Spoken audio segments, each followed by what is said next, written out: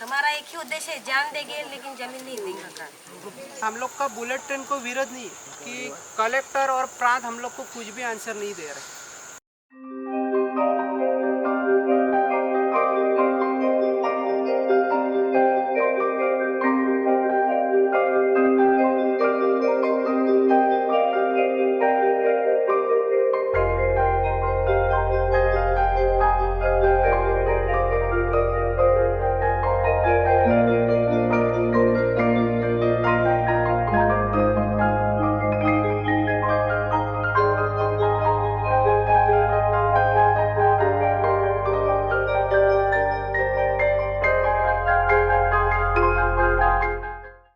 वो monetary compensation की जो बात है वो चल ही नहीं सकती। आज तक कहीं भी ज़मीन के बदले में आप चाहे जितना पैसा दे दो, वो पैसा कभी भी उस समाज के हाथ में रहा नहीं।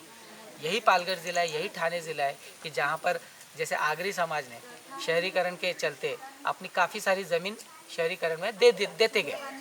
पैसा आते गया, लेकिन वो पैसा 2 साल 4 साल 5 साल में वो ख़त्म होते गया।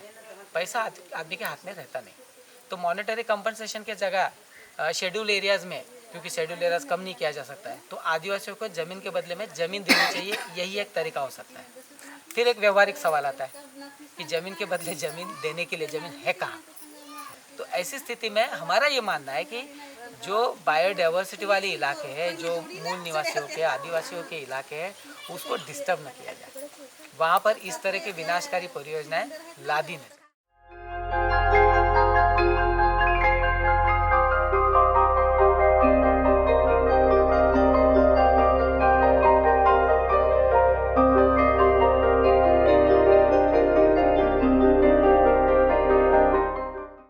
हमारा जो ज़मीन एक्वायर हो रहा है वो सर्वे का खाली नोटिस दिया आज 1 साल हो गया, लेकिन वो नोटिस मिलने के बावजूद जो हमने मांग की थी कि आप फिलहाल मीटिंग करो, आज तक एक भी मीटिंग ये लोग किए नहीं। अभी हमारी खुद की ज़मीन जा रही, बरसों से हमारे दादा लोगों ने बचा के रखी है, पिताजी लोगों ने बचा के रखी है, तो उनके बदले में हमें कम से कम नौकरी या कुछ तो ऐसा उसके बदले में जो है हमारी मांगे, आज तक उनके बारे में कोई बोलता भी नहीं आज तक।